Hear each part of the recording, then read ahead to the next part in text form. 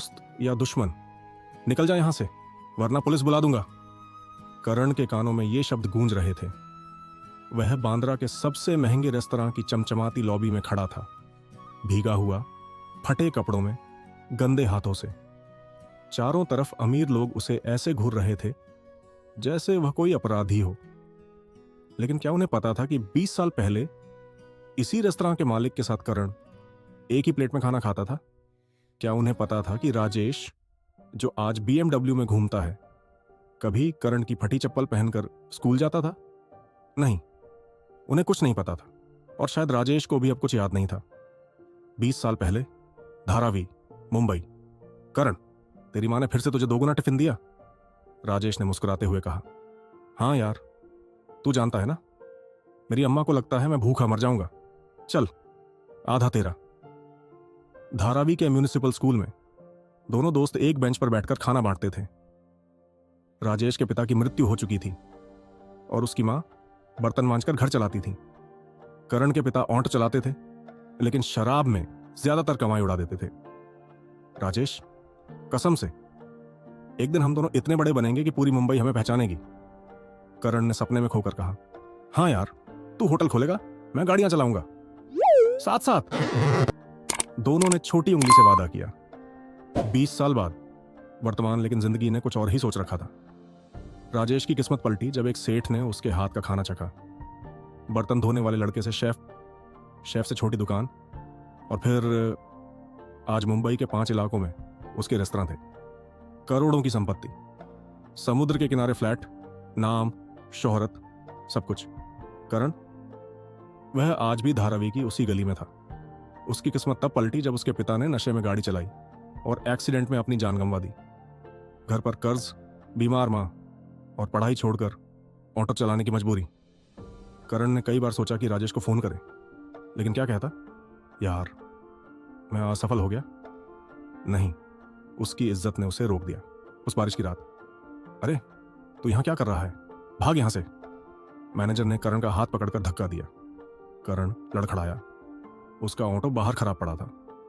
बस एक फोन करना था मैकेनिक को, लेकिन ये लोग, सर मैं बस कुछ नहीं, सिक्योरिटी, इसे बाहर निकालो। तभी सीढ़ियों से एक आवाज गूंजी। रुको। राजेश नीचे उतर रहा था, हाथ में फोन, गले में महंगा इत्र।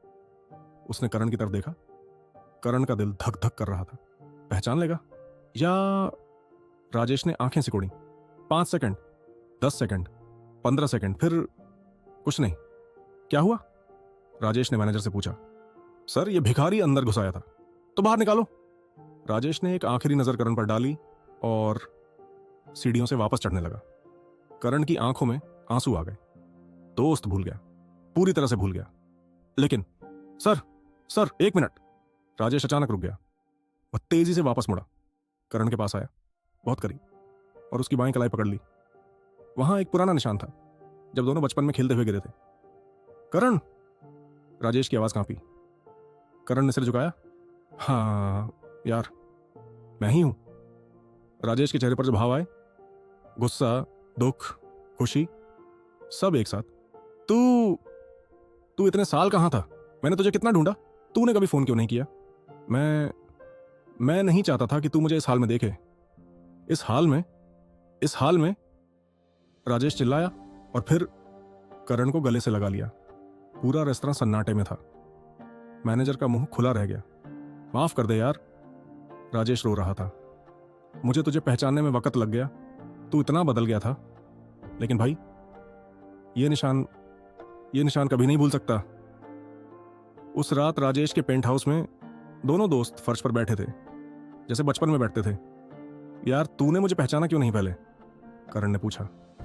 राजेश ने सिर हिलाया। सच बताऊं, पहचान गया था पहली नजर में ही। क्या? लेकिन मैं गुस्से में था।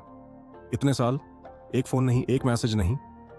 मुझे लगा शायद तुझे अब मेरी कोई परवाह नहीं, तो मैंने भी सोचा कि मैं भी अनजान बन जाऊं। लेकिन वो निशान देखते ही सारा गुस्सा पिघल गया।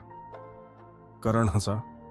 तू नहीं बदला, अभी भी वही जद्दी राजू है, और तू अभी भी वही बेवकूफ करण है जो दोस्त से मदद मांगना अपनी बेइज्जती समझता है। 1 हफ्ता बाद करण ने मना किया था। पैसे, फ्लैट, गाड़ी, सब कुछ। यार मुझे भीख नहीं चाहिए। भीख? राजेश गुस्से में बोला। तो साझेदारी चाहिए? मेरे साथ बिजनेस करेगा?